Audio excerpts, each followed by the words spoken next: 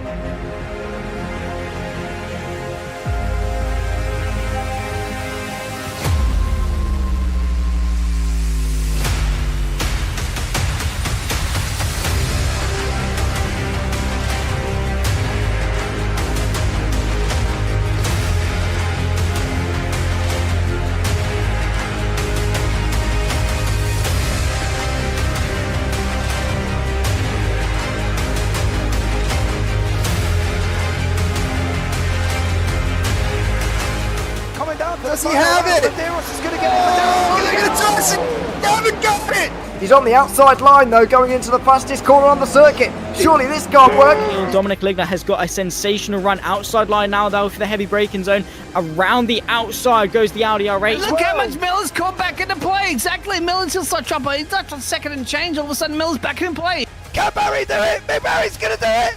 Big Barry!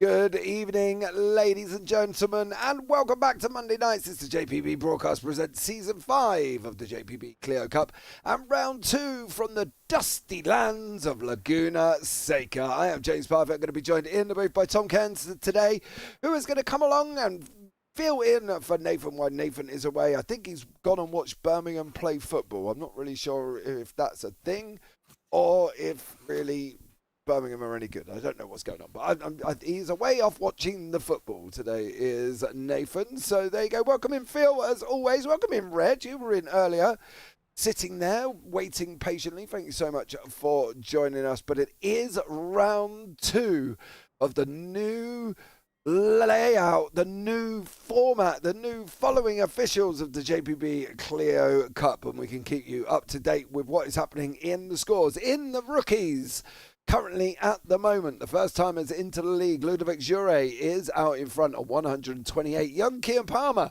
in second place for the JPB Esports team on 117. Chris Barnes in third. Then we've got David Klasper in fourth, then Rob Williams, Dylan DaCosta, David Johansson, Joseph Emmett and Paul Taylor at the bottom in the rookies. In the team standings, it is Virtual Drivers by TX3 with Dylan DaCosta and Ludovic Jure out in front of 163. Team Radline not too far behind though, only 4 points on 159. Sim Stickers on 143.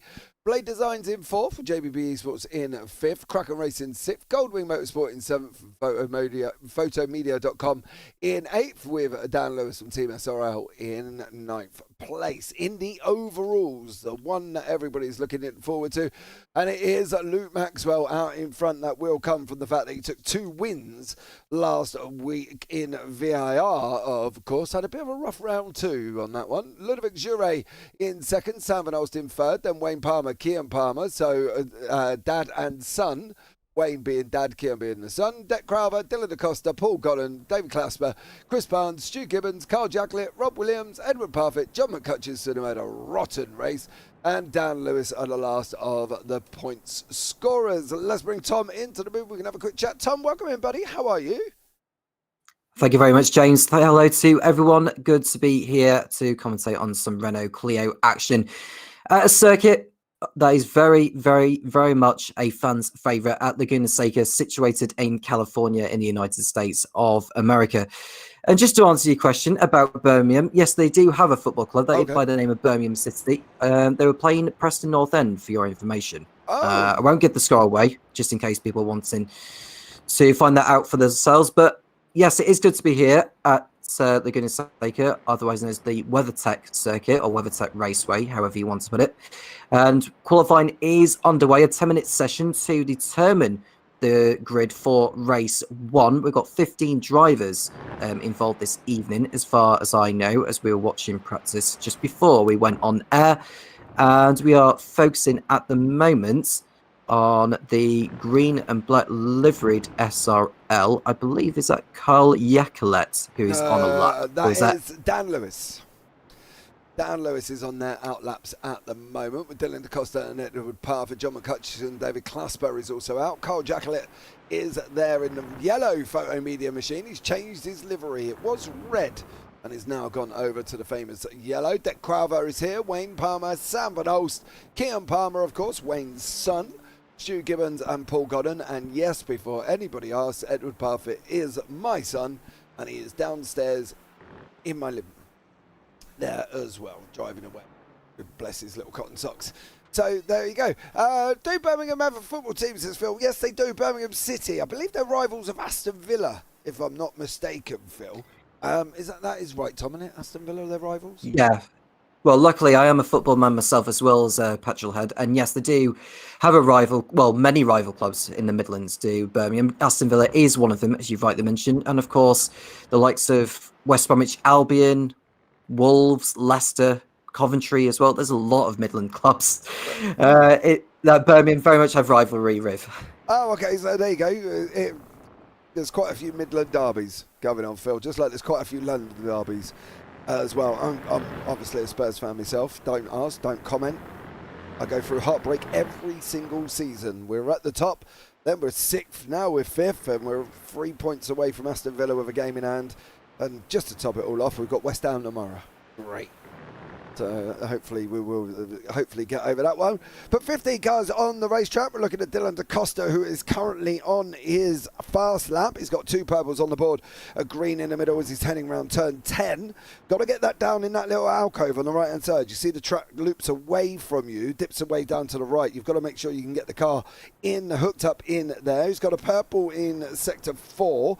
5 sectors here, iRacing have deemed that they've got this evening, and Dylan DaCosta, I believe, is going to be the first man to put a time on the board, and it should be at the top. There you go, on a 1:36.612. Chris Barnes on his outlap.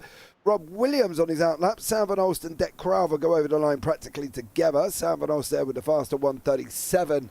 Currently at the moment here as well. 200 brake horsepower, about 125, give or take. Top speed of these machines, and they can take a little bit of a bang, as we all know if you've watched any of the seasons of the JPB Clio Cup. We are at season 5, so yeah, long way in with these guys. Stu Gibbo has just gone on a 1:38.214. Carl Yacolet is there as well. So time's coming in thick and fast now. Tom, what do we think is going to be the overlining aspect of what they've got to achieve at Laguna? Because it's a tough circuit, that corkscrew, not easy.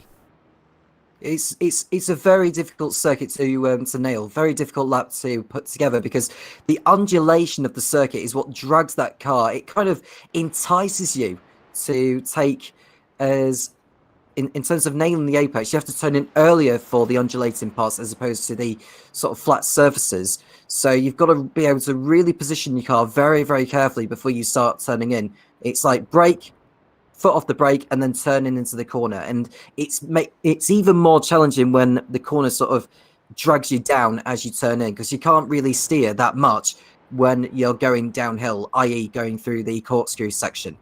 So Dylan DaCosta is able to put together a lap, as you've mentioned, 1:36.6. It was around about that time, wasn't it, during practice they were doing.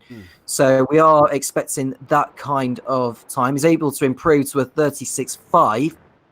So the drivers are constantly getting the laps in there. They have done a lot of laps, for your information, before they've gone out and qualified. It's not like their first few laps. of the evening. They have been practicing for quite a bit, so we are expecting some very, very fast times.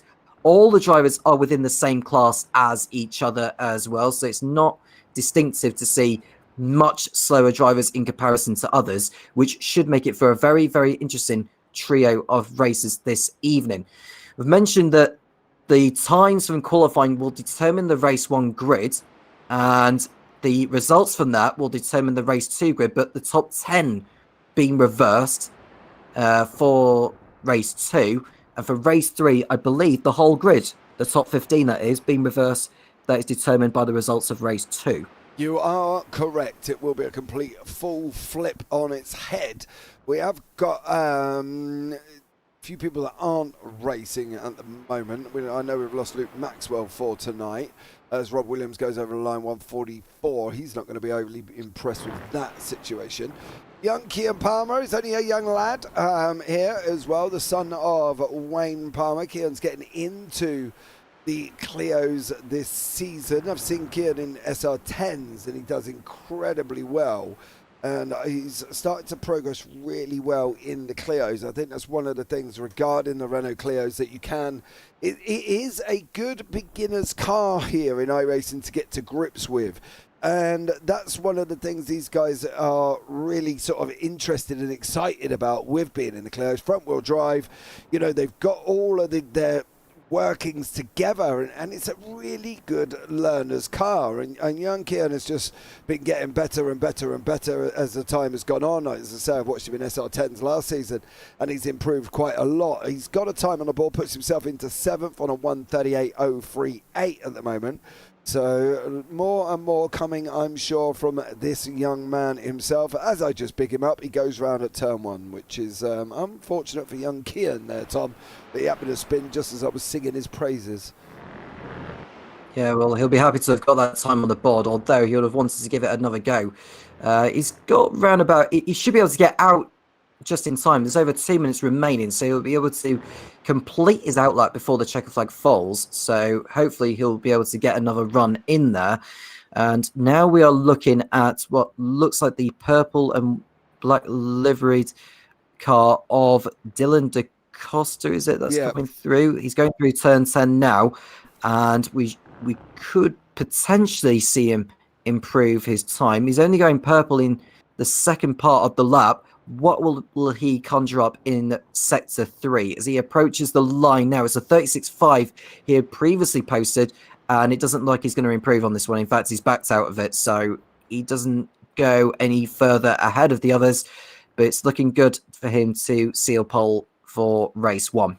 Yeah, definitely. I think Dylan DaCosta has shown his pace this season. He's come in as part of the teammate of Ludovic Jure from the Virtual Drivers by TX3, and he's come in with Ludovic this season. They do the officials top split Wednesday night races, so they are accustomed to driving these little Clios, and I think going forward they will be a great asset into the league itself, and one that I think should be interesting. We've got about a minute of practice left, so if you're not out on your lap now, you're not going to get time to finish it. So I think the likes of Dylan DaCosta, maybe Sam Van Ols, possibly the 11th place man of Dan Lewis should be able to finish the lap. Anybody after that, in 7th day, you've got Stu Gibbos, John McHutchinson, and in 12th is Edward Parfitt. They're not going to be able to get their laps done in time. It should be the two, or definitely Dylan DaCosta, maybe Sam Van Olst, and probably at a push, possibly Dan Lewis. But other than that, they won't be. As we know with iRacing, it does cut off after that time has finished in quali. So if you haven't got to finish your race, your lap, unfortunately, it will shoot you back to the grid. And we will have the grid ready to go for you here as we get this race 1 underway. What's Dylan DaCosta going to do? He's backed out of that one. He's not going to get that any quicker, unfortunately. What about Dan Lewis? He's got...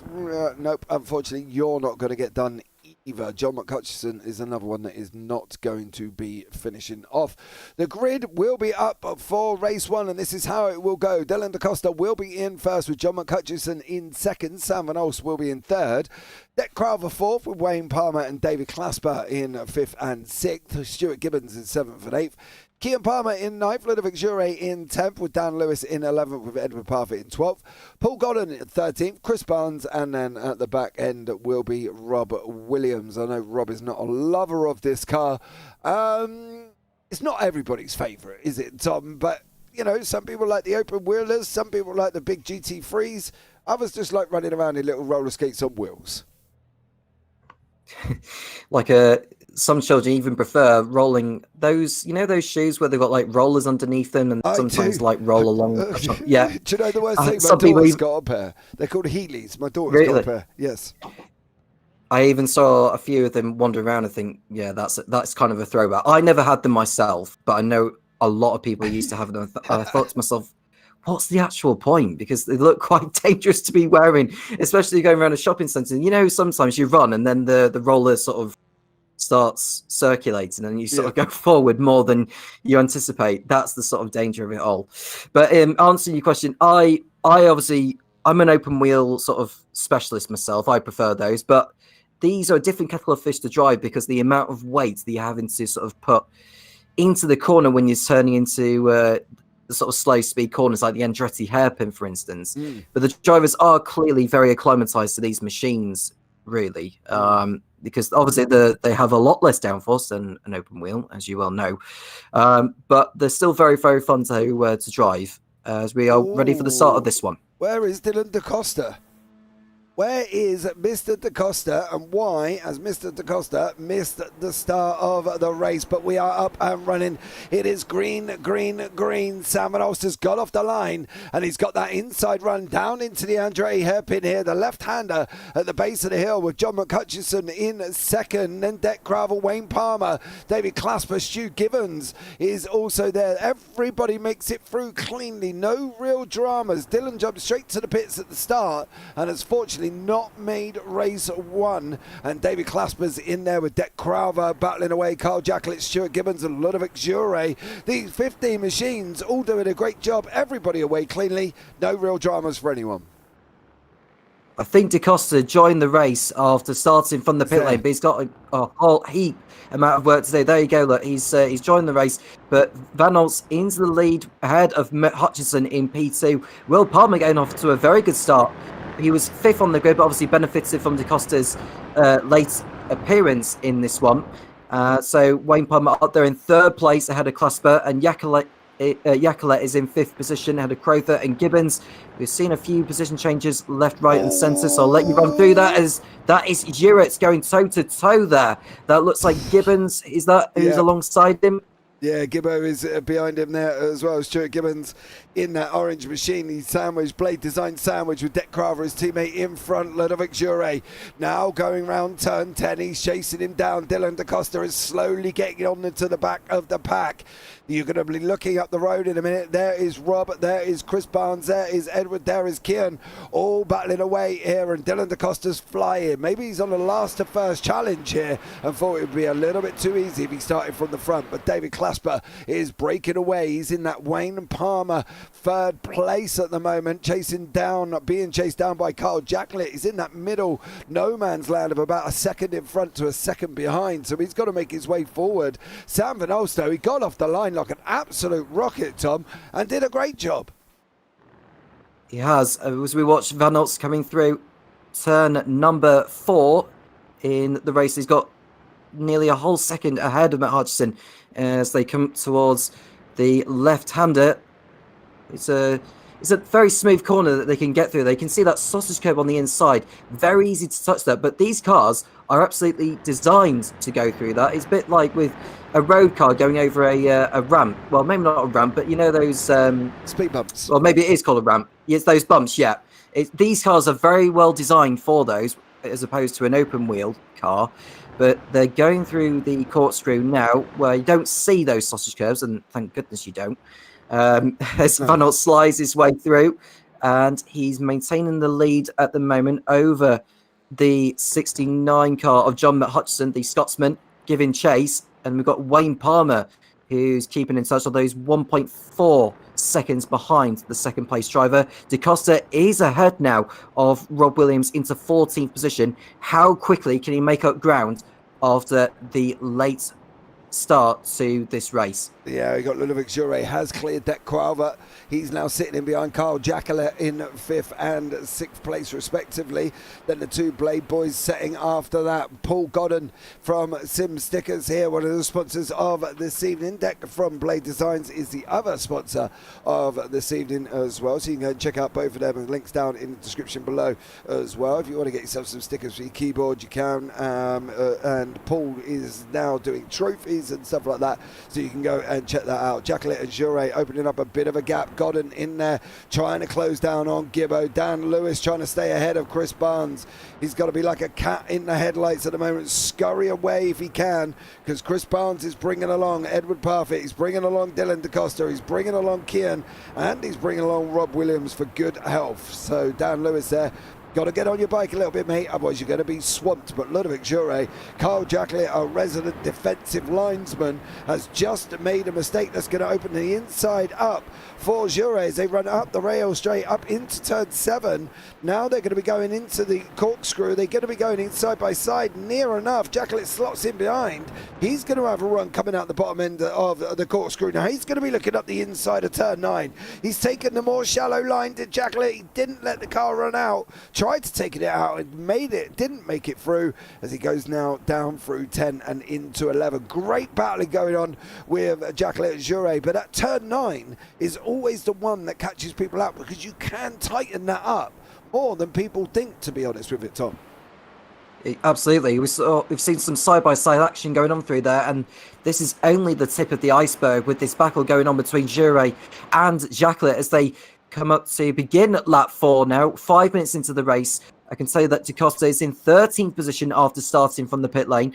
We actually saw some brilliant side-by-side action between the Blade Designs drivers of Crowther and Gibbons. It was brilliant to watch. We are focusing on those two right now. They've separated a little bit now. They seem to have just try and run their own races. As we look at Gibbons, I think he made a bit of an error on the exit of the Andretti hairpin. He's falling a bit further back as we watch DaCosta try to make a move on Edward Parfitt coming through turn 4. Yeah, he is going to take the inside line. I think it's going to be job done. Edward did come up to me and go, "Dad, why the hell did you put Clios at Laguna?" I said, "Son, it'll be fun. Get on with it." And off he went and tried to get some practice in here as well. He's also going to be driving in this Friday's TSRC F4 League under the JPB Esports banner as well. So, oh, son, don't quite do that. We said you could take the sausage curbs. I don't think you can take them off that way, as the two guys from JPB are going side by side. There isn't any team orders. I'd like to point that one out. They are free to race as long as they don't take each other out. That will be the only stipulation from the two of them, but I'm sure they will have a right old little ding-dong, as they were last season in different teams, of course. Teamed up the young guns this season, and they're both going to go at it here as well. Edward does stay in front of Kian, but for how much longer, that will be the question. Dan Lewis is in a bit of a scrap here now. He's got Chris Barnes in behind. He's got Paul Godden in front. Dylan DaCosta settled in there as well. Cars starting to come together a little bit. You know, Dylan DaCosta's kind of bringing everyone together as he's coming through. He's starting to sort of fill the gaps almost. Yes, he's approaching the back of this battle at the moment. As you can see a lock up there. Or is that Gooden that's had and as DaCosta makes a move though on Barnes. Yeah, he got the job done on Barnes. It was Dan Lewis in the SRL machine who did lock up going through. The Andretti hairpin was very, very slow. DaCosta's now going again. If he gets this one more place, he will start on pole for race 2. Top 10 reverse, don't forget. Sam Van Ol still out in front by 7 tenths at the moment. Ludovic Jure still got Carl Jacquelet in and around in there as these guys head up the hill into turn 6, the left-hander before they go up the rail straight. Jacquelet is our resident defenseman. He is so tough at times to get past, and he isn't afraid of being on the attack when he needs to. So this battle with Jure and Jacquelet should go and be one for the ages to keep an eye out as they go through that difficult corkscrew now as well. Tom, corkscrew in an open wheeler, always tough. Corkscrew in a GT3 is even tougher. in a little Clio, it is just at times a nightmare. Is there any car that can really do the corkscrew without any problems? I was thinking like one of those monster trucks. Could that be a good one too? Yeah, get Gravedigger over here. That would be absolutely amazing. He could go and rip Laguna up, couldn't he? Yeah, he could. As we watched Jure and Jacqueline, I did say that was the tip of the iceberg of this battle, and you can see Jacqueline making the move as they go through the kink before Andretti, and that's a clean overtake done there for Jacqueline as he makes his move up into 5th position ahead of the green and black liveried car of Jure, the virtual drivers by TX3, in case you're wondering the team name of Jure, but he is down to 6th position. DaCosta into 10th place now, and crucially, if he was to remain in that position, he would be on reverse grid pole for race 2. There he has, but he's now got Paul Godden. Paul said this week that he wasn't going to give as much as he did last week, obviously with the Pro and Am situation last season. You know, the Ams used to kind of move out the way and allow the pros through because they were on a single point championship. Well, of course, it's now a progressive point championship, and what we mean by that is obviously they will be scored running down the order. They're not going to be scored individually, they will be scored running down the order. So that's one of the changes we've made here and currently as well.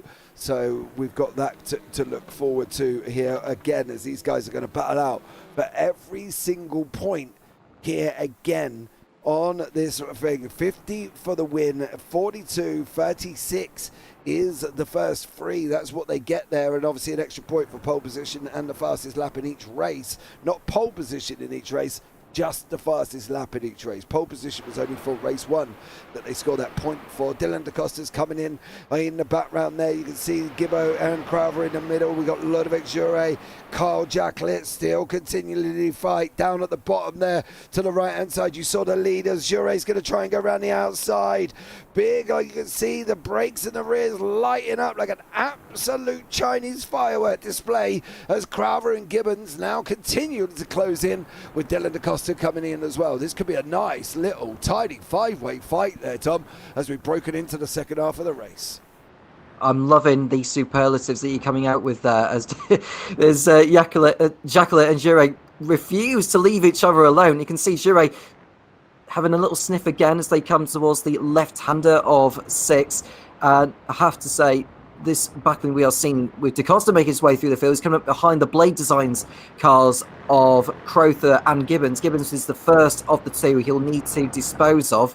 We are now 11 minutes into the race. We're on the 7th lap, and there are 9 minutes to go. So DaCosta is not going to have enough, well, he's not going to have a lot of time to get these out of the way, but the more points he can score, the better to make up for lost time. Yeah, he can that. Let's see if he goes. He goes up the inside of Gibbo. Gibbo gives him the room. What's Deck going to do is Deck's in front of Gibbo now. Gibbons trying to come back into turn 9. They're side by side. Now DaCosta and Gibbo think DaCosta has made it through. What about Crowther? He's sticking his nose in at the inside of Jure. Jure's just got in too deep. He's going to lose all of that work. Everything he has just done has gone out the window. You can see further back we've got Chris Barnes. He's leading a group of Paul Godden, Dan Lewis, Edward Parfitt, Kian Parfitt, and Robert Williams at the back. But let's check in with the old leaders here. Sam Benoist from Belgium, John McHutchison from the Dizzy Heights of Scotland up the front end of the field here, battling away frantically on their run through turn 4 down to turn 5. Could go off towards the end, I think, here, Tom. He's got 8 minutes. John's closed in a little bit of a gap. You know, it was out about 8 to 9 tenths at one point, so he's pulled him in slowly. 137.3 for John on the last time out. 137.36, so not a massive gain, but a gain's a gain, right?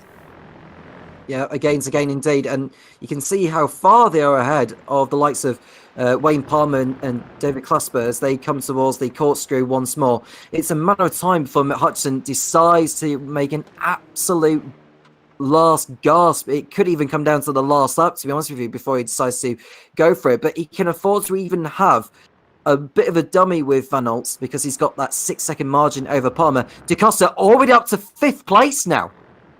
Wow, DaCosta's making moves there. Dylan DaCosta passed a little bit. Let's have a look and see how he got past Deck Crowther. De Costa. He goes up the inside and he does make it through. Then he clears Carl Jacqueline not long after as well. I think Carl makes a mistake going into this next left-hander, and he does. He runs a little bit wide and he gets it all a little bit wrong, and then Dylan Da Costa's going to come up the hill and say thank you very much. Are they going to run side by side into the corkscrew? He does end up going off track very shortly. Does Carl Jacqueline. There we go. And Dylan Da Costa says thank you very much. As we go back to live pictures, it looks like Dan Lewis has had a bit of a moment here. Unfortunately for Dan, we'll have a look back at that one very, very shortly. But Dylan Da Costa, from last to first, or last to fifth, what an effort. It is a very good effort. It was very clever how he got through on Jacqueline into the corkscrew, because he made him go to the inside, which is not the ideal line to take into the corkscrew. And given the nature of the corner, it forced Jacqueline to run that far out wide, and it just handed Da Costa the position as a consequence. And all of that has allowed Crowther and Jure through into 6th and 7th place. So Jure making a little bit of the ground back up as Jacqueline fell to 9th place, and Jure is about to pull off a move on Crowther for 6th position into the corkscrew. Oh, they're going to try side by on deck. Nope. He actually runs a little bit wide coming out the corkscrew. He got a little bit too much of a good exit. Nearly got right into the back of Jure, did Crowther, and then Ludovic Jure was there, and Deck had to take a little bit more of a wider line. Wayne Palmer's nearly on the back end of David Clasper. He's just actually lost that position. I want to see what happened to poor old Dan Lewis here. And Dan in that SRL machine. He's coming up to the final corner. Was there going to be contact involved? No. Yep. Keir Palmer missed the apex. He missed his braking point, and unfortunately for both of them guys, they dropped down the order. Going back up front now as we go into the last 5 minutes of race one. This has absolutely flown by, Tom, as we're reaching the last, well, about 4.5 minutes already. Yeah, so we're probably looking at around 3 laps to go off this one, no more than that. Hodgson giving it his all, and Van Olst is almost like he's ghosting a little bit there. I don't know what is going on. Internet issues for Sam Van Olst, I think, on that one, as he's just suffered a little bit of a packet loss situation. Hopefully that will settle down, though, because otherwise it can cause a problem for the drivers behind, but also can be a problem for him, because if he loses too many packet losses, he will be out of the session. So that's just an iRacing thing. That isn't a JPB thing, unfortunately, for Sam. So we have no control over that one. But yeah, these guys coming together. What we got? 4 minutes remaining. 1:37. They're coming round 9. Next 3 laps, I think we're going to next 2 laps, and then the last one after that, I believe it as well, Tom. But some great action taking place, and you can see the field starting to come back together as well. Jure, Crowther, and Gibbo.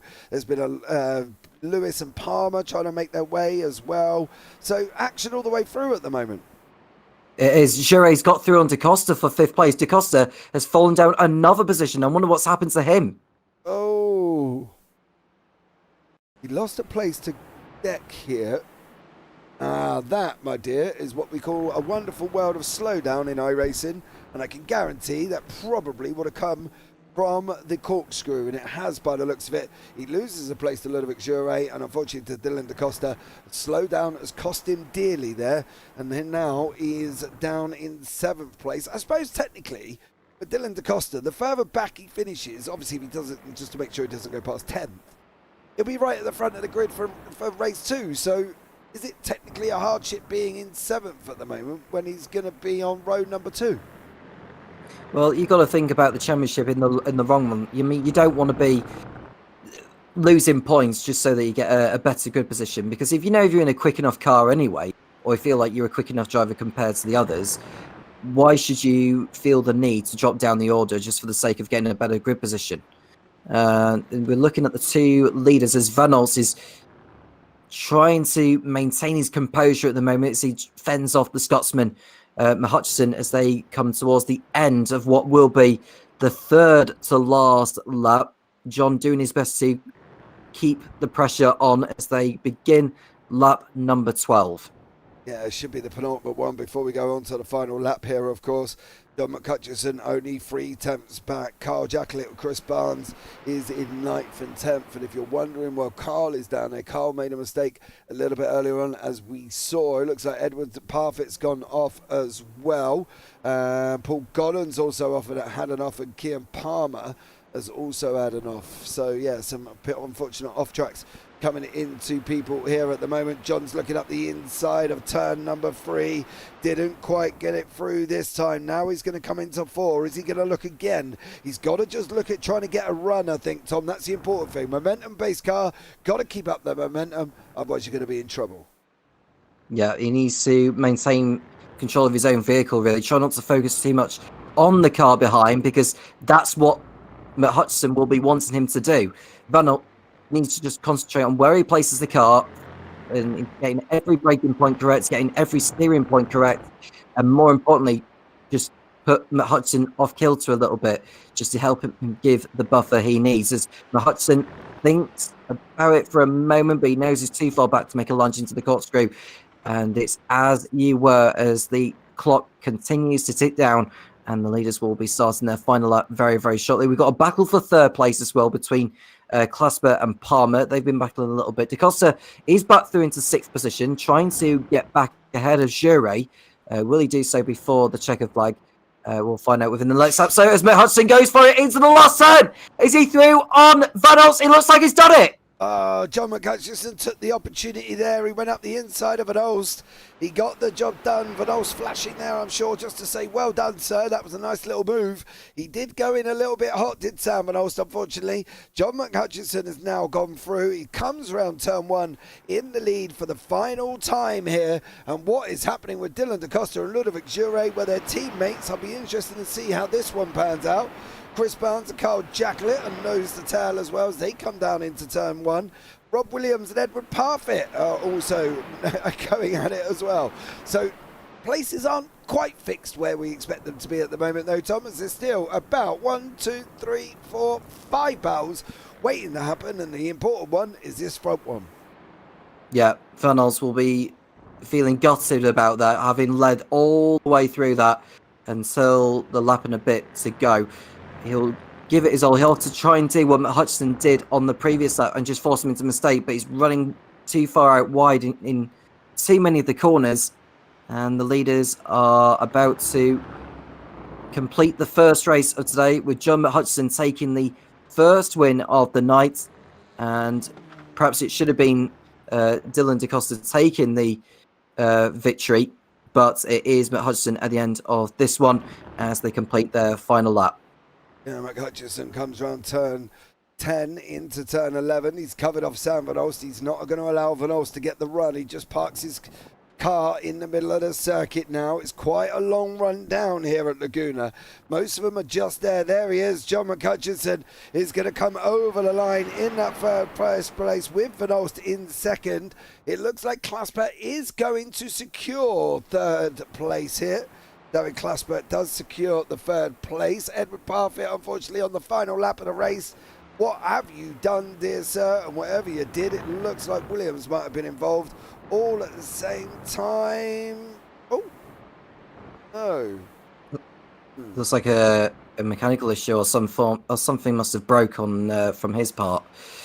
But unfortunately for young Ed, he's parked it on the exit of turn number 5, and that brings the curtain down on race 1. Yeah, it does. I'm just going to try and find out what actually happens. In my house, of course. Interesting. Let me see what happened there with me boy, as we'll bring you up the results from race 1 now. Here they are. And John McCutcheon is your winner, with Sam Van Olst in 2nd, David Clasper in 1st, Wayne Palmer 4th, Dylan DaCosta 5th, Ludovic Jure in 6th, Dec Craver in 7th, Stuart Gibbons 8th, Carl Jacklett in 9th, Chris Barnes 10th, Rob Williams, Dan Lewis, Kian Palmer, Paul Godden and Edward Parfitt there in the final slot. We're going to take 2 minutes, guys, and we'll be right back very shortly.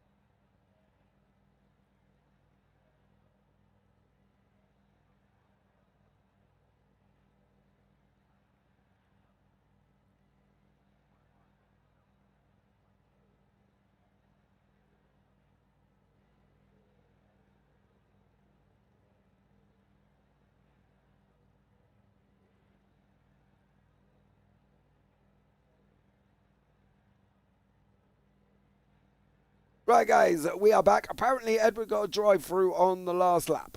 And that is why he ended up where he ended up. Let's bring you up the grid for race number 2, and it will be Chris Barnes on pole with Carl Jacklett in second, Stuart Gibbons third, Dec Craver in fourth, Ludovic Jure fifth, Dylan DaCosta sixth, Wayne Palmer seventh, David Clasper eighth, Sam Van Alsten, John McCutcheon in ninth and 10th. Then you got Rob Williams, Dan Lewis, Keaton Palmer, Paul Godden, and young Mr. Edward Parfitt at the back there. Great racing from the first race. Can we look past Dylan DaCosta, do you think, for race number 2? He's sitting in 6th at the moment. He gained positions from being at the back of the field, and he's definitely on the faster side of some of them this evening. You think so? I mean, after the pace we saw from him coming straight out of the pits and getting straight into the action, you would have thought, if he had 10 more minutes of that race, you'd have thought he would come through and actually win that one, wouldn't you? So I would say he'll probably within the first 10 minutes be at the head of the pack, providing he doesn't end up taking anyone off or taking himself off. Yes, well, we'll keep an eye out and see how he gets on, as they've got a couple of minutes, I believe, to get back on to the grid. 2.5. They've got precisely 2.5 minutes. Don't forget, guys, as well, if you are here, you can say how are you, and thanks so much for joining us. Don't forget, like, subscribe, turn on the bells, and all that other fancy jazz, as there's a lot more racing coming up on JPB this week, of course. Tomorrow night is the turn of the UK Sim Racers MX-5.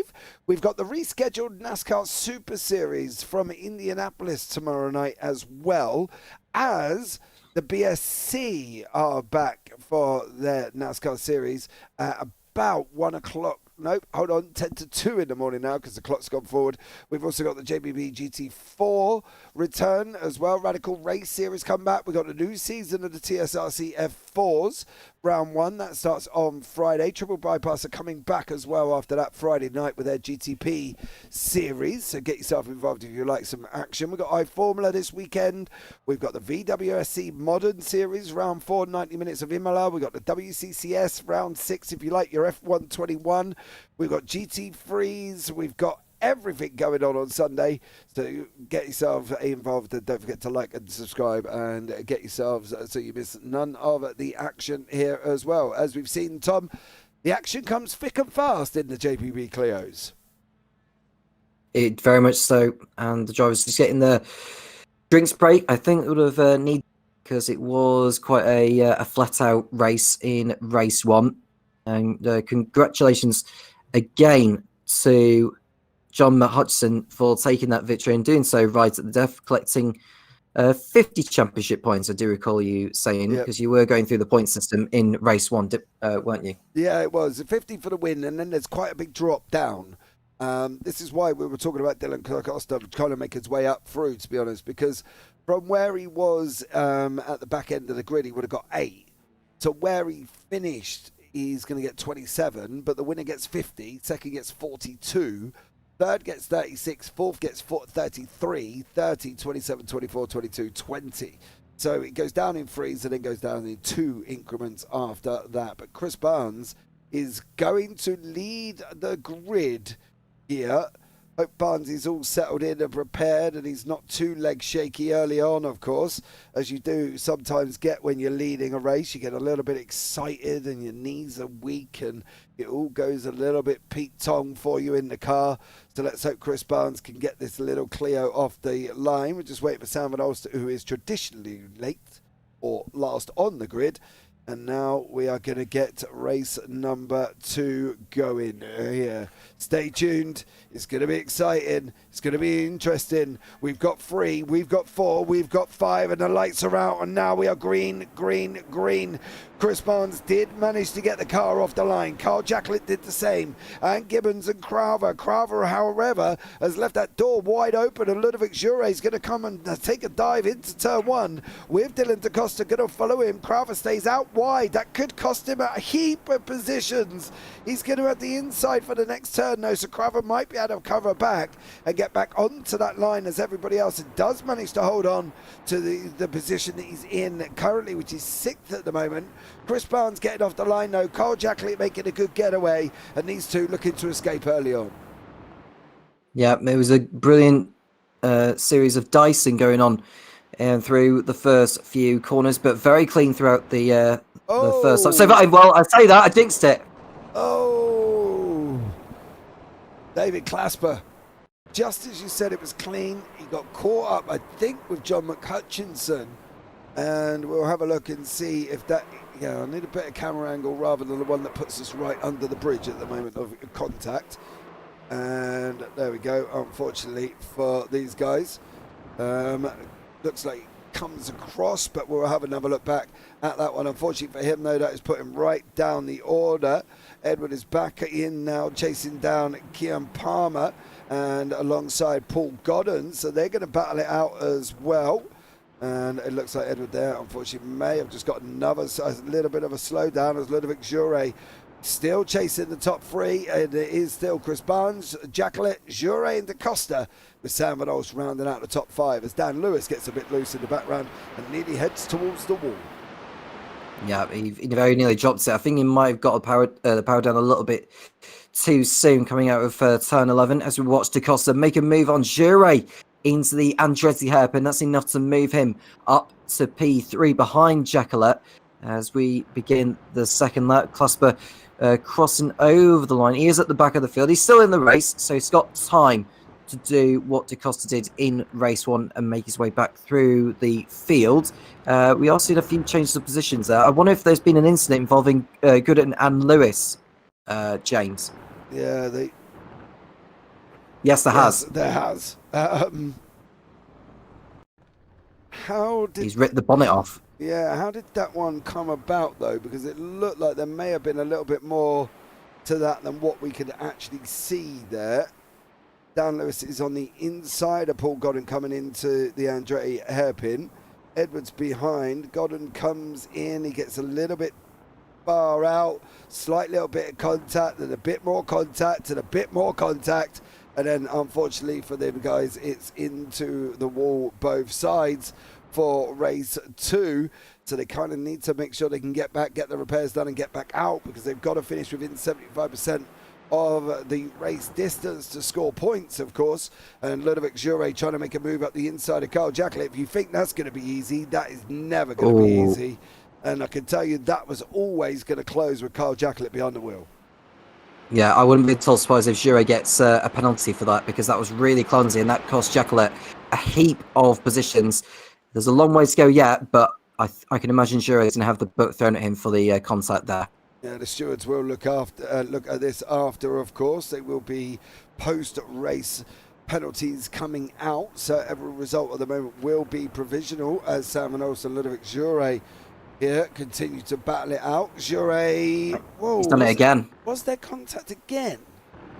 Yeah, he put him into as they came through that. Yeah, I mean, to be fair, Lickley would have known that Van Nolts was coming across on him, but it just looked really clumsy with the way Van Nolts went into the wall. So in a space of 30 seconds, Jure, I can imagine the two incidents of which are going to be looked at afterwards, because it's all kicking off at Laguna Seca. Yeah, that was contact there. Rob Williams now is gone off the side of the circuit. That's going to allow Kian Palmer to come through. He was chasing down Carl Jacqueline. He's now going to have to chase down Kian Palmer there. Ludovic Jure might find himself in a little bit of trouble after this one. That is Crowther off the side of the circuit as well. Carl Jacqueline now cleared Crowther, Kian Palmer and Rob Williams. So Crowther does come back in 10th place. Clasper has made his way back up into 11th. Of course, it's a full grid reverse, so he will be back out. If he stays where he is at the moment, to be fair, he will start on the third row, I believe, of the grid for David Clasper, with Sam Van Olst and Dan Lewis on row 1. Edwards just got sideways out the back, and Ludovic Jure going at it again with John McHutchinson. Yeah, and Jure just fending him off going into the Andretti hairpin. Jure will just want to put the incidents he has had with Jacqueline and Van Olst behind him and just focus on getting as good of a result as possible. He want to try and bridge a gap over the other drivers just in case he does actually get any form of penalty afterwards. Yeah, well, I think it's going to be definitely one incoming. I'm sure Steve Burns is going to look back and decide what's going to happen. The head steward here, of course, who makes the final decisions once you've sat down and gone through the review process of the incidents, and we'll see what happens with him. Chris Barnes is managing to hang on this front end from Mr. Da Costa, and Chris is doing a nice job here as they come up towards us, towards the corkscrews. We get a panning shot of the cars coming in. It's side by side with Jure and McCutcheon. McCutcheon in, makes a gap, gets the gap. Is he going to get the run out here as well? It looks like he is, John McCutcheon. He got the gap, he got the job done, and John now puts himself up into third place, chasing down Dylan Da Costa. Right, Jure cannot do what he did with Jacqueline going into this last turn because he came too far back to make a move up the inside. He's going to the outside and maybe try and do a switchback on the exit all the way up to the Andretti hairpin. So Hudson will have to cover the inside line from Jure. We're right on board with Gibbons as he watches the battle for third place rage on. Will Jure go for it and get the move done cleanly? He's looking to the outside of the Scotsman. Jure round the outside. Hudson will have the high ground into the hairpin, and he maintains the final step on the podium. And Jure's going to have to really fight it out in this one. Yeah, he's going to have Gibbons closing him in as well. Chris Barnes has lost the lead to Dylan Da Costa.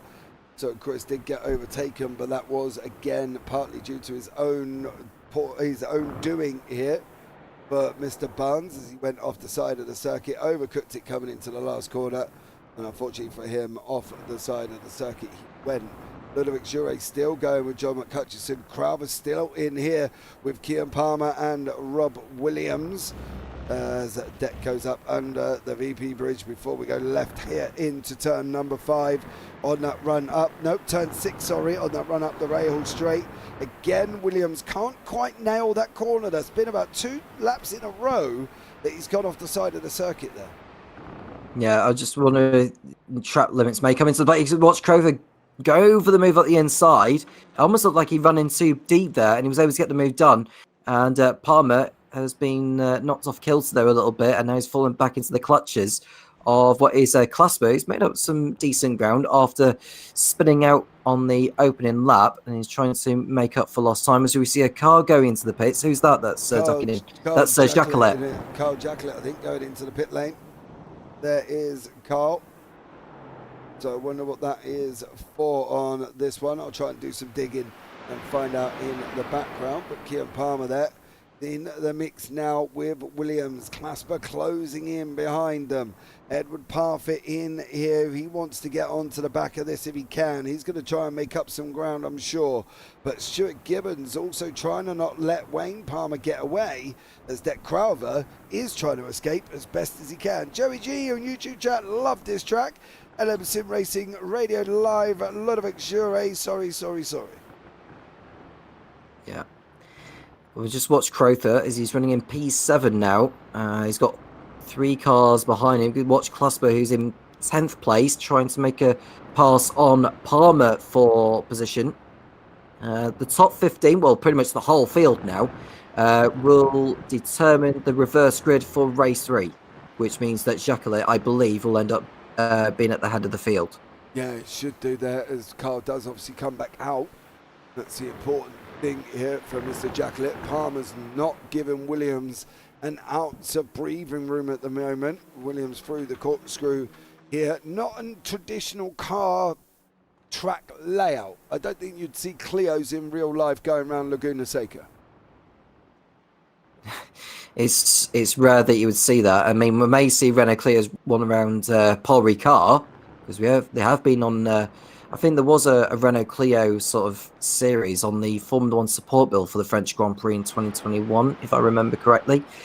But Laguna Seca, I don't know how often we'll be seeing that in real life. If you do know, then do please inform us in the live chat. As Palmer thinks about a pass on Rob Williams for 8th position, whilst Clasper is trying to take advantage of an open door, should there be one, and there's no way through for him just yet. Yeah, nothing coming at the moment here. I'm sure he's going to keep prodding and poking David Clasper. Wants to make sure he can try and get some room if he can, and try and allow get Kian Palmer off the line as much as possible. Kian's just got to defend like his life depended on it, and seeing how he can get past and whether or not Clasper will make that move as they're coming into the second half of race number 2. John McCutcheon is slowly closing down on Chris Barnes, who Dylan DaCosta has escaped from at the moment by 4.6 seconds here as these guys look to close up once more together. DaCosta having a commanding lead at the moment now, 5 seconds clear. You could say that he's got this race in his pockets. Else, Matt Hodgson is still going after Chris Barnes for second place. And Barnes looking up again into the last turn before the pit straight. And in terms of other battles going on, we obviously had that battle between Clasper and Palmer that ended up with Clasper getting through.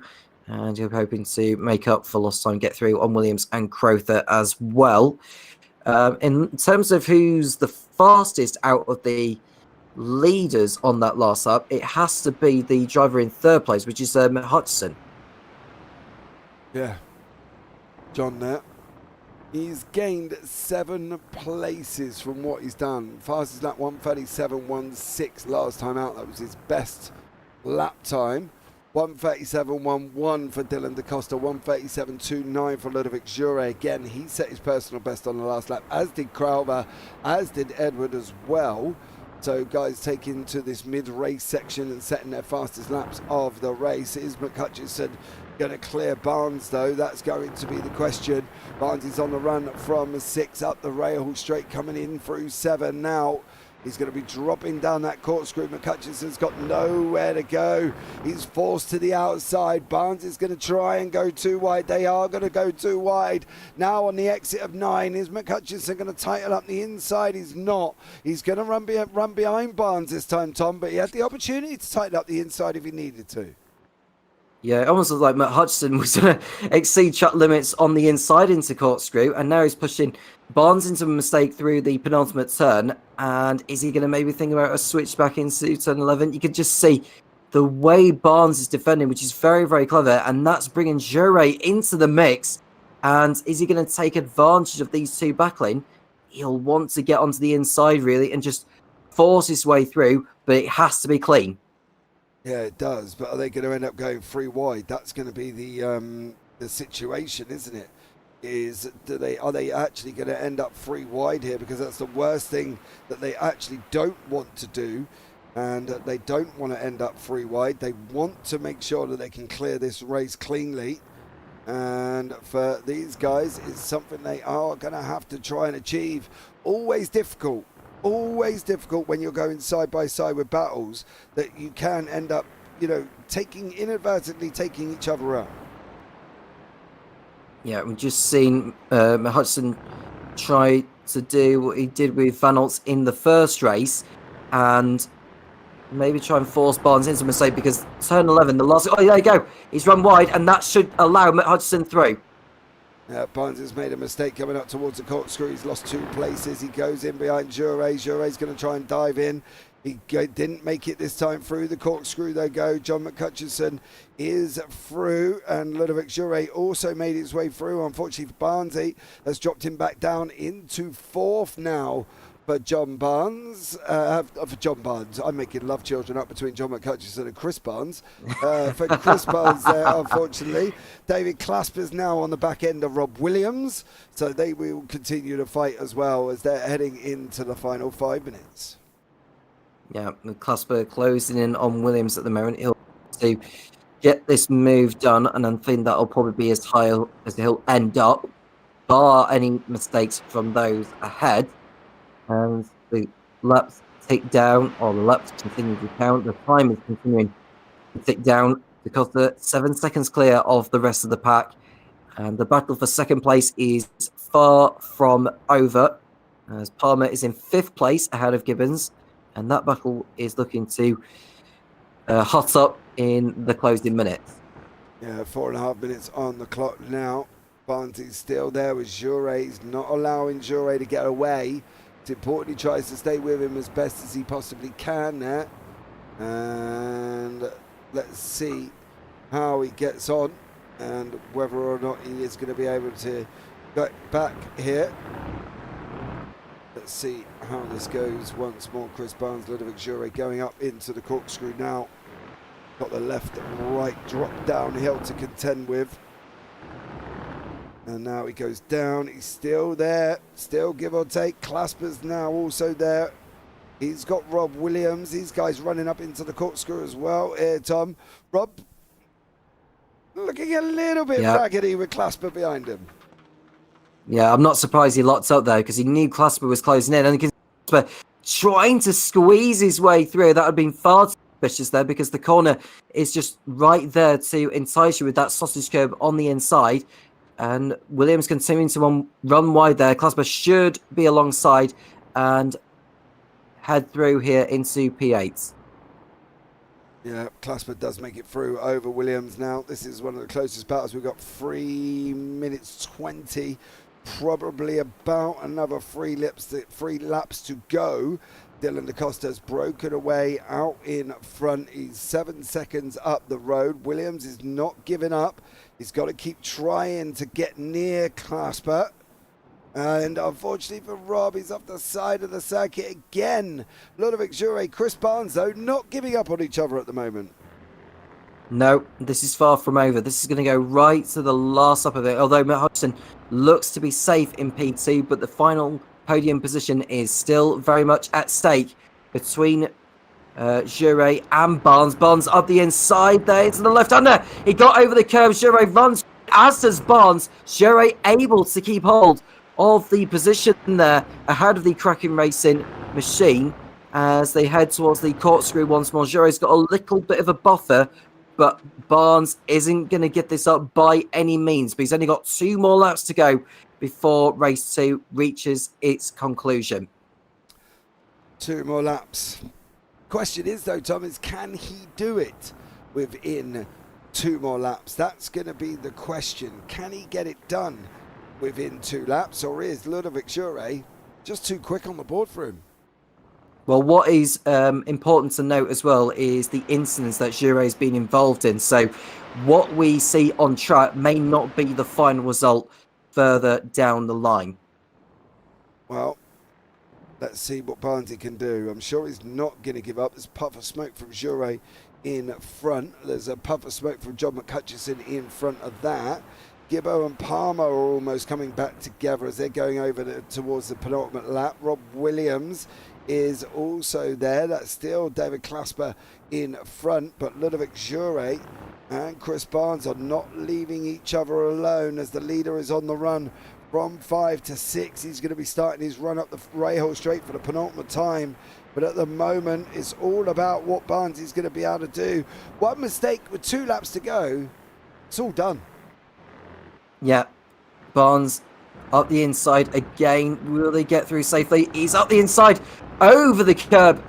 Runs a little bit too deep. That allows Jure to take advantage of the open door. You can see the curb he's going through there, running wide a little bit. Jure on the inside. The 2 toss though, and Barnes is off.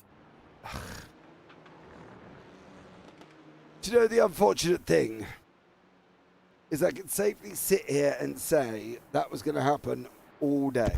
As soon as Jure did not back out at that point there was always going to be contact. And again, he's come in hot. I'm not quite sure what Ludovic was really expecting. They were always going to have that contact. There was always going to be the contact. He should have just backed out and sit in behind Barnes like he should have done. Over the white flag we go. Dylan DaCosta coming in through turn 3. Ludovic there with Wayne Palmer and Stuart Gibbons now behind him as these guys continue to fight it out for what will be the final lap here, Tom. Should have just backed out. I did get the situation of going for the gap. So that's at least 3 incidents that Jure could potentially have the book thrown for, which is going to harm his result, I would think. Surely, I would like to think he's going to get at least one of those being a penalty. It's just a matter of how many of the others he's going to end up falling foul of. But in the meantime, these results will be provisional, so we'll leave for the stewards to decide on what will happen. But in the meantime, Dylan DaCosta is about to take his first victory of the night. He should have won in race 1 had it not been for the late arrival, but thankfully he's got this one sewn up. Yeah, Dylan DaCosta coming in through turn 9 before he goes down through 10. And it is going to be job done for him.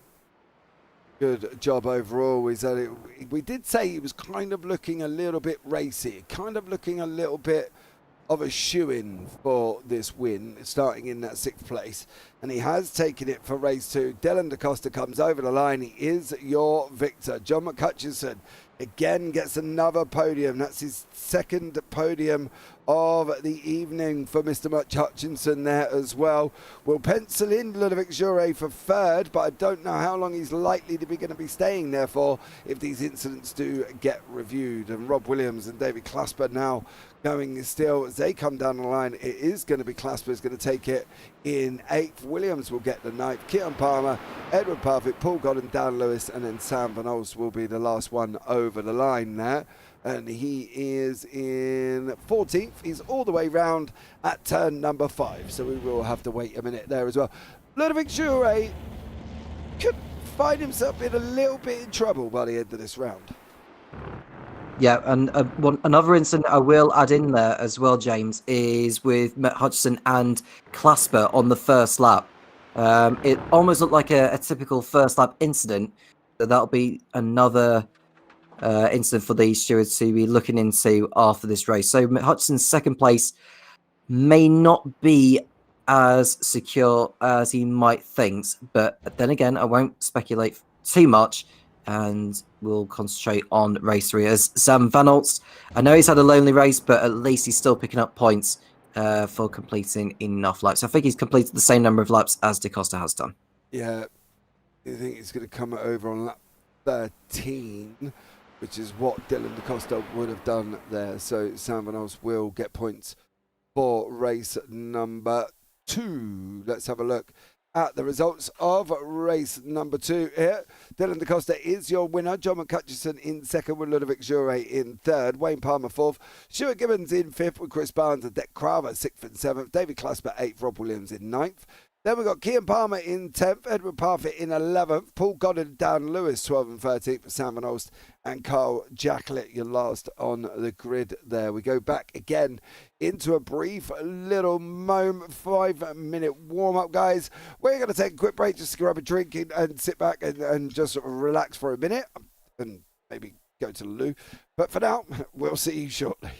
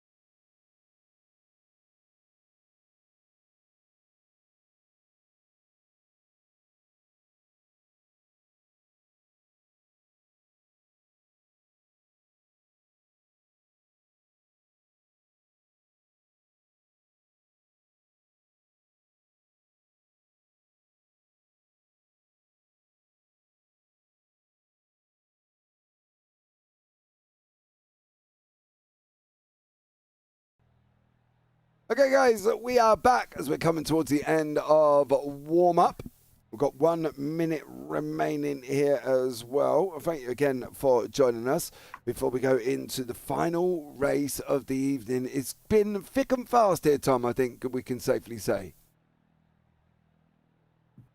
It was very much so. You know, race 2 had more in there than we saw in race 1. Most particularly with Jure, it's safe to say. But you know, we'll leave for the stewards to have a look at that after tonight's broadcast. Meanwhile, we are getting ready for the reverse grid. It's the whole grid that's been reversed for this last race of the evening. So I assume we are going to be seeing Chocolat on pole, if I am not mistaken. Yes, if Carl, obviously, after his retirement out of race 3, if he does come into the grid, of course, race number 2, sorry, if he does come into the grid for race number 3, we will find out very, very shortly as they will start gridding up here. More of the same, I think we can all ask for, because the quickest 20 minutes or 40 minutes that we've done ever. It's flown by. It does fly by, but we enjoy the action as we are seeing. It's a sprint essentially for those who are very, very new to this whole series with Renault Clios. But you do see it. You see it all over the world. You see it in the world of iRacing as well, like many different championships. As we got the grid for race 3, and I'll let you run this down, James. Yeah, Carl Jacquelet should be on the front if he does come out for race 3 with Sam Van Dan Lewis, Paul Godden, Edward Parfitt, Kian Palmer, Rob Williams, David Clasper, Deck Craver, Chris Barnes, Stu Gibbons, Wayne Palmer, Ludovic Joret, John McCutcheon and Dylan DaCosta. I read it quite quickly because they are onto the grid, and we know once the grid comes up, they do get up and running. Sam Van Olst is he going to make this grid here? Will Sam Van Olst make it? We'll just find out and see. You are right. The Clio Cup Series does not go to Laguna Seca, apparently. As I've been checking on the Clio Cup Series, but with the lights are on, we are up and running, and we are green, green, green. Sam Van Olst gets away on that pole position with Dan Lewis in second, Paul Godden in third, then the 2 JPB Esports team. Kraken Racing behind that as well. David Clasper in the mix, Deck Craver, Stu Gibbons, Wayne Palmer, the 3 wide further back, Jure McCutcheon, and the 277 of Wayne Palmer. He gets pushed out a little bit. 3 wide round turn 1, never the greatest thing, but it is for Sam Van Olst as he's on his bike. Van Olst getting off to a flyover start. It has to be said, he's just blasting away through from the field. But we want to keep an eye on DaCosta and Hutchison in particular as they continue to make their way through the field on this first lap. Jacquelet not taking the start, unfortunately, which is a shame because we would like to have seen him. But it is what it is at the end of the day. Van Olst leads, and it's Dan Lewis in second place, and then it's Good in third, Edward Parfitt in fourth, and it's Kian Palmer, David Clasper in the top 6 places. Yeah, so there we go. That is the top 6 at the moment, and it's Kian Palmer, Paul Godden going side by side almost. Godden there, losing out. He didn't manage, he's kept Kian behind. It didn't manage to get Edward in front, no.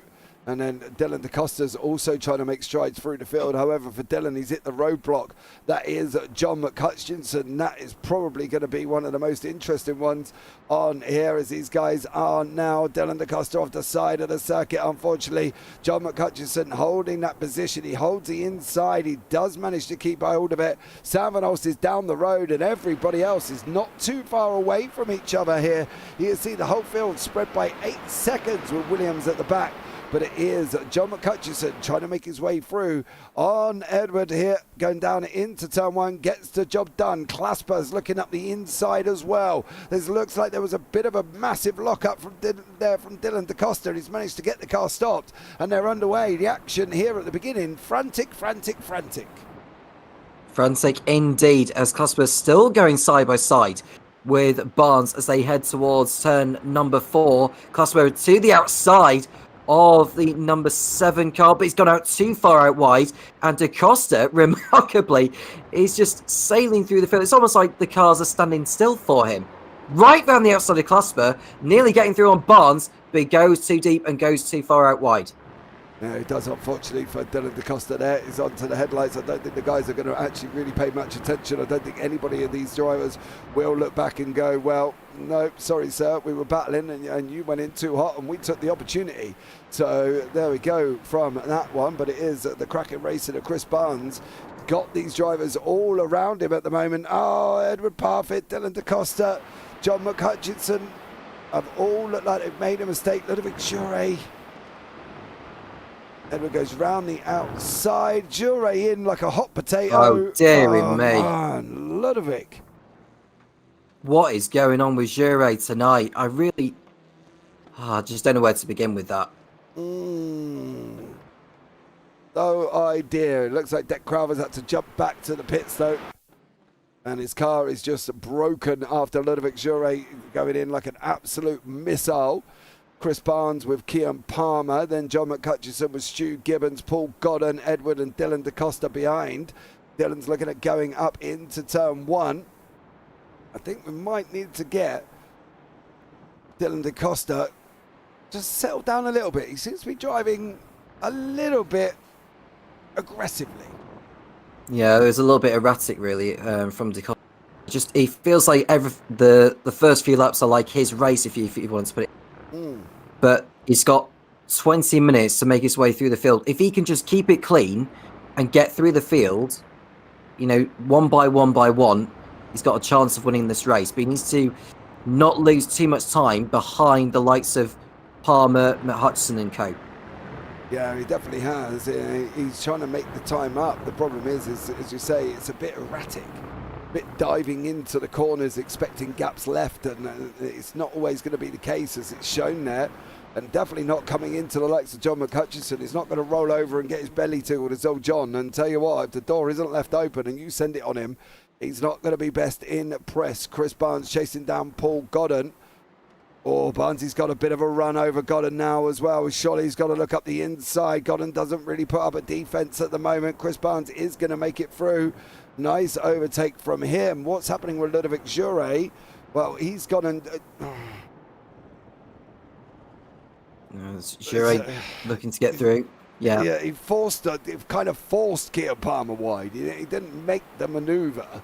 It was kind of forced wide, wasn't it, for Ludovic Jure? I think, LM, if you are watching, get hold of Ludovic and just get him to settle down a little bit here, bud. Otherwise, there's going to be penalties aplenty coming his way at the moment for him. I want to see a replay of Jure on Palmer because I didn't quite see the whole picture of that last turn overtake he made. It almost looked like that Palmer ran wide by himself by a huge lucker, but I could well be wrong on that. Well, this is where that was the initial one that was with Dylan Da Costa. And then Ludovic is coming here. It's coming from a long way back again, mind you. And he kind of, Palmer's on the brakes there, so there was no way of going wide. Palmer just couldn't quite turn in enough. No, I don't think Jure forced him wide. I think Palmer just was focusing more on Jure rather than his own. So that was more like Palmer running wide by himself. Well, David Clasper's got Paul Godden for company here with John McHutchison behind him. The Scotsman's coming. And at the moment, Sam Van Ooster's opened up 5.6 seconds. Dan Lewis is 2 seconds further up down the road. There is young Kean Palmer there. There is Chris Barnes behind him. He's closing in him. Clasper there with Godden and McHutchison. Also coming onto the bat, Ludovic Jure now with Edward Parfitt. Let's hope that there's a clean overtake there involved. Edward goes on the defence, makes the one move. Ludovic, big lock-up coming in. Looks like he's going to get Edward coming out into the final corner. Over the line now. They're going to be running side by side down into turn one. Here's Edward on the left in that blue and yellow JPB Esports machine. It's got Wayne Palmer pushing Ludwig through. Palmer does get through. Ludwig gets through. And Edward loses 2 places coming into turn one. He's not giving it up. He's going to run around the outside at the moment. Is he going to be able to hold on? No, he drifts off the side of the circuit. Comes back again. Looking up the inside, he's got that little bit of an overlap. Now Edward's going at it once more. He's not giving it up here, but he's got to be careful. Bits of contact is not always good contact. Yeah, thankfully they kept it clean all the way through. Jure cleverly placed his car on the inside into the Andretti corner to stop Palmer from sneaking through, or Edward Parfitt sneaking through. You can see he's pulling away now from those behind. And we are just seeing Palmer and Parfitt go toe-to-toe. There's contact made. And that was because Palmer went over that curb. Yeah, Palmer mounted the sausage curb. He put that Clio up on 2 wheels. Now Williams is going to try and have a go at Edward coming into the corkscrew. They're going to rerun in side by side. Leave the room. Williams is off. Williams is off now. Edward's managing to hold on. He's putting up a fight. He's like a prize boxer on his last legs here. He's a little bit wobbly, but at the moment, Gibbo has gone through now. Parfitt's now settled in behind him again as they're still fighting out for this 11th place. This is non-stop down towards the back end. Yeah, I've not seen too much at the front of it, although having said that, Barnes and Palmer are very much nose to tail in the battle for 3rd place. We want to be going to that. Barnes holding his nerve at the moment ahead. Is that Palmer behind him at the moment? It's Barnes. Young Kian Palmer's in the same liveried machine as Edward, obviously being on the same team. So yeah, Kian, you can tell them apart because of their wheels. Kian's got the gold wheels, Edward's got the yellow wheels. And now Barnes has cleared Kian and is now trying to get on his bike down to Dan Lewis, who's 2.9 seconds there up the road. So they continue to scrap it out in this mid-pack. Paul Godden, John McCutcheon is trying to close in as well. What's happening down here with Edward and Gibbo? Well, they're still going at it.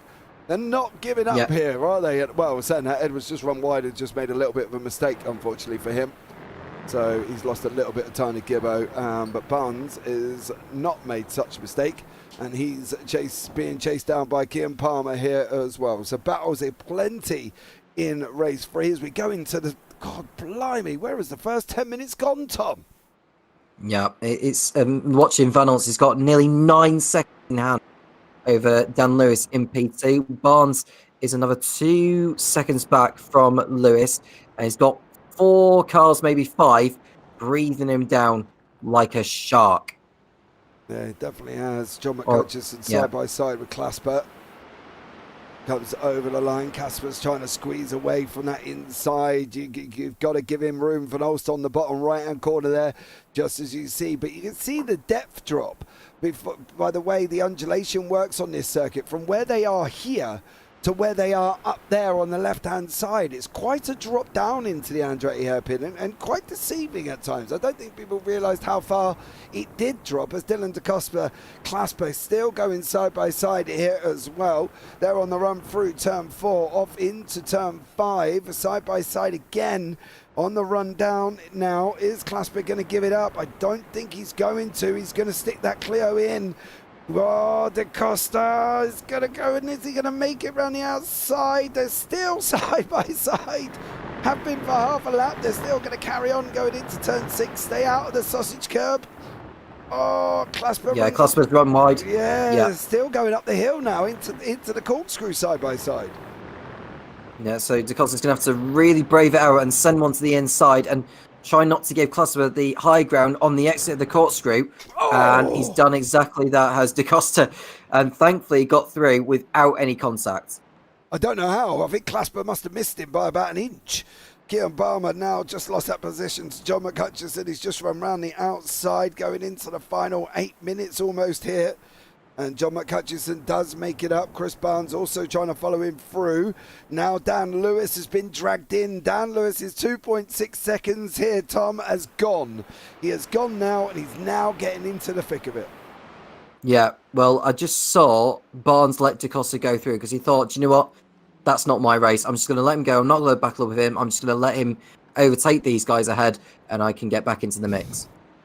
Yeah, I'm sure he'll probably try and get put back up to the fight though and get onto the back of DeCosta if he can. McCutcheon's now facing Dan Lewis. How is this one going to work out for Mr. Lewis here? How long is he going to be able to hang on for? Barnes is off the side of the circuit. Chris Barnes, what did you do to yourself, dear sir?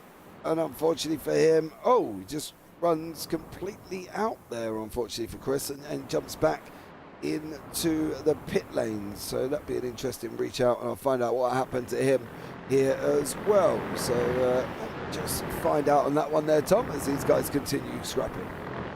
I'm afraid your son has parked it up in the pits as well, so that's young Edward out of the race, unfortunately. So down to 11 runners as Lewis fends off Hudson. Hudson goes to the outside, drifts his way past. That's probably the overtake of the night. What a brilliant overtake there by John Hutchison. Yeah, he drifted round on the outside of Dan Lewis, going through the corkscrew, literally having that Clio sideways. I'm not entirely sure what Edward did here. He goes off the circuit there, spins the car up, and I think for tonight, the boy didn't love the circuit right at the beginning. I don't think he's loving it right at the end, and unfortunately it looks like he's parked it up as well. But Dan Lewis with Keaton Palmer with Dylan DaCosta there. No need for the headlights, sir. If you're that quick, you'll get past him on the run down into turn 1. You're not going to get him done. You've got to do it on the racetrack. All this light flashing don't mean nothing. It's just more of a trying to distract somebody. I think that's the thing. It drives me crazy. Yeah, I'm not a big fan of that, to be honest with you. It's almost like trying to fool someone to... like in football, sometimes you hear someone saying, leave it, and then you just leave it, and it turns out it's someone from the opposite team wanting the ball. I've seen that happen before in the past, and you're not supposed to do that anymore nowadays. It's kind of the equivalent of what I'm seeing with the headlight thing from DaCosta. I don't like these flashing the headlights to put off drivers ahead. It just sounds a bit very unsportsmanlike, let's put it in those words. But hopefully won't do that between now and the end of the race. And Sam Van Nults, who've not spoken that much about, 14 seconds clear over the rest of the pack. Sam Van Nults has just kind of got on his bike a little bit from the Goldwing Motorsport team. He's just kind of run away with it here as he's going around turn 10 within the last final 5 minutes. Dan Lewis is not getting that breakaway. Keaton Palmer is not giving up to Dylan DaCosta either. Palmer there battling away, side by side, goes over the sausage curve. DaCosta's trying to run up the inside. He does get it done this time. Keaton, is he going to come back at him? He's not. Now, what's DaCosta going to do about Dan Lewis? Can he maintain this pace that he seems to so much have at the moment? Yeah, DaCosta through. We just saw a battle between Klasper and Gooden, fighting over 6th position. So that's another battle raging on as we see Lewis lock up into the Andretti hairpin. Yeah, Lewis locking up. That's brought Dylan DaCosta into the mix. Now DaCosta's not too far away. Going down again. How is this one going to work out for these guys? Is Dylan DaCosta going to be able to make the way through? Or is he just going to have to sit there and Lewis is going to defend as much as possible here? John McHutchison's made a break for it. He's opened up 1.98 seconds over these guys. We're coming into the final 4 minutes on that run from 5. Up under the VP Racing bridge, going in through turn 6 now, the left-hander. He's got to keep it just clean for Dan Lewis. Run his race that he has done. Whoa, where you going, Keaton? That's not the best place to go, as Keaton Palmer has now just unfortunately dropped off this pack here, and DaCosta now is free to fight Dan Lewis on his own. I don't know whether Keaton Palmer was trying to find another circuit to be racing at, because with his with his excursions, but DaCosta is all over the back of Lewis for the final podium positions. We're right on board with the Frenchman as he hunts Lewis down. What will he decide to do? How will he play this one? It goes to the outside into the last corner before the pit straight, and that's exactly what he forced Lewis to do, make a lock up into the last turn, and he is through into 3rd position. Yeah, Dylan DaCosta's now going to set on his way. What about Wayne Palmer down here with Rob Williams? Palmer's going to go down the outside of the last corner. Williams gives him space on the exit, and these guys are going to be running side by side coming down into turn 1 into the Andretti hairpin. Williams on the right hand side in the black, silver and red. Palmer in the white, red with green wheels. Down into the Andretti hairpin they go. Palmer's surely got to try and get an exit cut back on him. He took a very wide line into going into turn 1, did Wayne Palmer that time around. He did, and he's lost out in the end to Williams in the end. Looking at the battles going on at the moment, it seems to have separated now, these battles going on. I think the drivers, given all the hard work they've done throughout this evening in this last race of the evening to be over now, unless there's a driver or two fancying, do you know what, I'm going to make some form of dive bomb on someone, providing I keep it clean. But as they continue on in the race, and Lewis has dropped down the order. That'd be why. As we're heading through the corkscrew over the gravel there at that moment in time with Dan Lewis, he locks up, gets it all wrong, and unfortunately for Dan Lewis, he's brought himself down into the battle with Ludovic Jure. So we've seen Ludovic not have the greatest of evenings, so I'll be interested to see where the stewards picture this situation as Kian and David Clasper go in now for what will be the second to last lap here. Again, these 20 minutes are absolutely flying. Yeah, we haven't got too long to go left in the race now. Clasper still thinking he can get 4th position from Kian Palmer in these last couple of laps. Van Alt's on his own, just wanting the race to be over now. He knows that he's pretty much got the race sewn up for himself to come away with the race victory for this evening after his calamity. Well, a calamity that wasn't really his fault from my personal point of view that he had with Ludovic Jure. But he's got it right in this 3rd race, and he's just dominated from start to finish. Yeah, he has. And Van Alst is on his, just well on his bike, well away. He could probably even slow up and make this the final lap, to be honest, as well. But I'm sure he probably won't, and there will be one more. We will see Barney waving this time around. This track is good for most cars. I still can't quite work out what's the best for going through the corkscrew, though, Tom. I've got to be honest. But Sam Van Alst comes over the line. He takes Barney there. Barney's waving frantically on the left-hand side. Job done for him as Dan Lewis and Ludovic Jure now are battling it out with David Clasper almost into the mix with Kian Palmer. Again, these guys coming around to start their final lap here. Another interesting 3 races. It's been action all the way through. It has. I think most particularly the 2nd race, we saw a lot go on during the course of it. And the 3rd race, we have seen some action with the reverse grid as someone locks up ahead. That must be DaCosta who's made a lock up there as he chases after Mick Hutchison. But 3rd place is going to have to do for Dylan. Mick Hutchison should be very, very happy with his performances in all the races. He'll have finished on the podium in each of them. And he is the only driver to finish on the podium in all 3 races. So I'm sure we'll be happy about that one, will the Scotsman himself.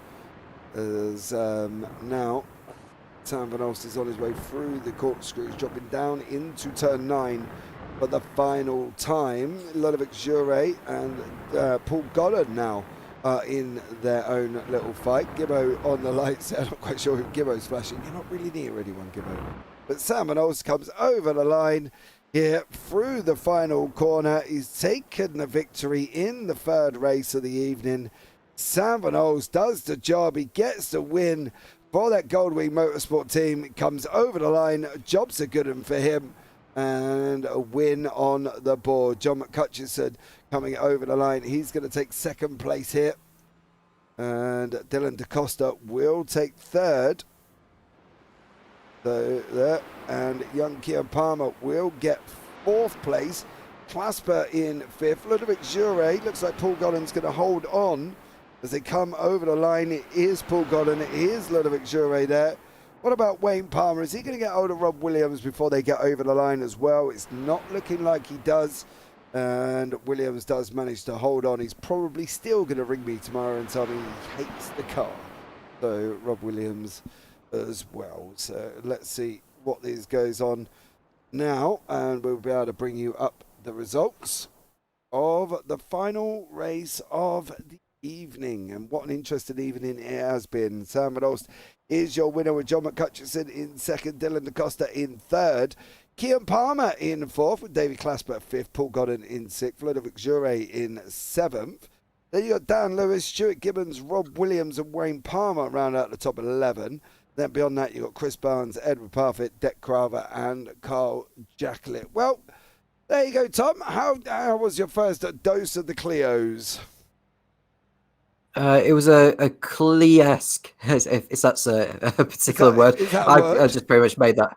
Yeah, it was brilliant to watch though. Yeah, I loved it all the way through, especially to see all the Clios getting through with some brilliant battles all the way through. I know we've seen a few incidents, but you're bound to have that anyway.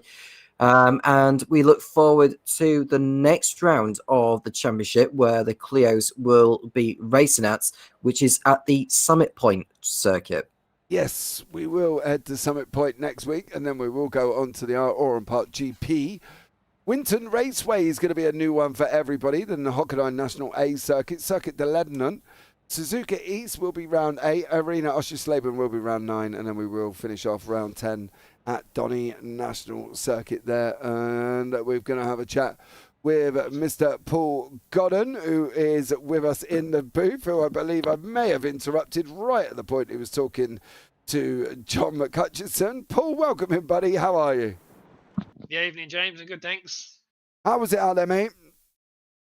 Tough, really tough tonight. So I just really struggled with the track and getting trying to stop the tyres overheating. It just wasn't for me tonight, unfortunately. But I think I got a fairly good result in race 3, so that made up for the race 1 and 2 disaster. So, but apart from that, racing was good, and the field's really close as well. So it's very hard to make any time up. Yeah, I think that's what we're seeing, aren't we, in general, the close fields. That's why we come away, obviously, from the Pro-Am situation. It was all more sort of all for one at the moment, and that's what we've been seeing. For you, though, tough night, good result in race 3. Is this one of these ones that we're just going to chalk up, stick a pin in it, and move on to next week? Yeah, it's a track I never do very well at this place for some reason. I think because it's quite dirty track, so if you get offline, you end up just running out of grip. And when you're struggling with tyres anyway, it doesn't matter what car I run around here, even if it's got high downforce, I just struggle. So with these Clios, it was just just try and keep as clean as I can and get through it, not make too many mistakes. But unfortunately, I made a mistake in race 1, which would have potentially put me on pole for race 2 if I didn't lock up into the corkscrew. But it is what it is, and just forget about it, move on, and move on to, I think, Summit Point next week. So looking forward to that one because I normally do quite well around there. Quick question before, Paul, we let you go. Yeah. Do the Clios handle the corkscrew well? Yes. The corkscrew wasn't the bad bit at all. So it was it was all the other corners that I struggled with. The corkscrew, I might not have been I don't know if I was quickest through here, but you just turn it in, power on, the back end comes around and power down the hill, and you're good to go. And I thought I'd really struggle with that. But the only thing you couldn't do is you couldn't really ride the curb into the corkscrew on the right hand side, because if you caught it wrong, that's when it locked up. And normally with the Clios you can pump the brake a little bit to try and get it back, but with these you're just straight off, and it's such a short runoff area there. And then you got to then go back on the gravel to try and get back on clean without, and then you still get your slow down. So it's a bit of a tough one. But actual racing through the corkscrew and racing around here tonight was absolutely fine. It was just, I just need a way of finding not to cook the tyres. But I tried in that third race to try and keep the tyres, not have put as much stress on them in the first few laps, and it did seem to help, but not enough when they were about a second a lap quicker than me. So it was just, they would just kept pulling away, and even when they were battling, we were just keeping the same distance, unfortunately.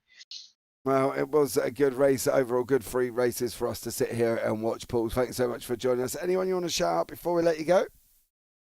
Yeah, just shout out to yourself and your admin team for putting on a great series, and all the drivers for making it a great series to race in, because like tonight there was some great racing throughout the field. I had Wayne running right at the back of the pack saying he's having some of the best racing he's had for a long time. So it shows you that the whole field's racing really well, and there's not many of us, but the racing we're having, hopefully for everyone, is really enjoyable and continues throughout the season. Yeah, awesome stuff. Well, Paul, thanks so much for joining us, buddy, and look forward to hopefully seeing a better week from you at Summit Point next week. Yeah, hopefully. Take care, mate. Cheers, guys. And next up on the list is the only man to have finished on the podium in all 3 races, grabbing a first, a second, and a second. And he is a Tom Cairns self-proclaimed overtake of the evening as he drifted it round the outside, coming into the corkscrew here as well. Let's have a look and see if he did it on purpose. John McHutchison, welcome in, buddy. How are you? Hey James, was that in race 3? Yeah. It was quite scary. I'm just trying to find who it was with. I can't remember who you did it on, but yeah, it was quite an interesting overtake. Yeah, I was expecting a bump from the inside. You know, it's a bit, maybe whoever it was on the inside, I've got to hold my hands up to them for not putting me into the wall. So thanks to them. Well, that was Dan Lewis. We just managed to find it, and yeah, it did you mean to? Well, I had the overlap on the outside, so I thought, hit stuff, I'll go for it and try and send it and see what happens. Well, If I made it, I made it. If I didn't, I didn't. Well, you definitely did, dear sir. I'm sure it was that one, I think. I'm trying to find it and make sure we have got the right one here, because it was quite an exciting overtake that you did from yourself. Quite an action-packed evening for you, dear sir. It was just the 3 action all the way. Well, first race was a little bit, follow the leader. But race 2 and race 3 were brilliant, weren't they? You know, it's just elbows out, getting your way through, force a guy in front to make a little mistake, and bye-bye. Yeah, well, we're just seeing your sort of a compilation of the John McHutchinson overtakes here this evening, and you've been pretty busy. But as I say, you are the only man to have finished on the podium in all 3 races, so that's not a bad label to have. Well, I had to do it for Team Radline night with Big Lick missing, so I hope he's enjoying his concert. Is it a concert? He's at a concert, some random band, I can't even remember the name of it. Is that a Taylor Swift concert, everyone? All right. Drop Was it a Swiftie? A Swiftie they call them? Yeah, is he a Swift X or Swift? He's a Swiftie, right enough. All right, that would do. We're just saying that Luke Maxwell's been out on a Taylor Swift concert for the evening there as well. John, going forward, Summit Point next week, mate. What do you think? Well, tonight I seem to get the handle of the car tonight. Now the braking, I've been playing with my brakes today to try and stop locking the fronts and getting more rotation on the brakes. So I've just reduced the brake percentage and increased the pressure. So I felt better tonight. And that's been the problem the whole time in the car. You cook up the tyres and then it just gets worse and worse. Yeah, but for you, going forward, though, hopefully it's the turn of your season, John, and we'll see you battling away at the front there, mate. Thank you so much for joining us. Anyone you want to shout out before we let you go? A shout out to Big Taylor Swift there. You wait till I speak to him on Thursday. He's going to be in deep. I'll play some Taylor Swift music if he comes in for an interview. That'd be quite fun. Oh, definitely. All right, man. You take care, John. I'll catch up with you Thursday, buddy. Hey, James. Cheers, pal. Oh, dearie me. Taylor Swift concerts. What we do to these poor drivers up here in the booth. We can start off their own little rumours. So there we go, Tom. 3 races down. Parting words from you, dear sir. It was a brilliant round all evening with some brilliant on-track action, and we hope for more of it next time out in Summit Point in 7 days' time. Awesome stuff. Well, there you go, guys. That's going to round it up from us up here in the JPB booth. I've been James Parfitt. I've been alongside Tom Cairns. And for now, and as always, take care. Have a great week. And you never know, we might see you on the track sometime. Good night.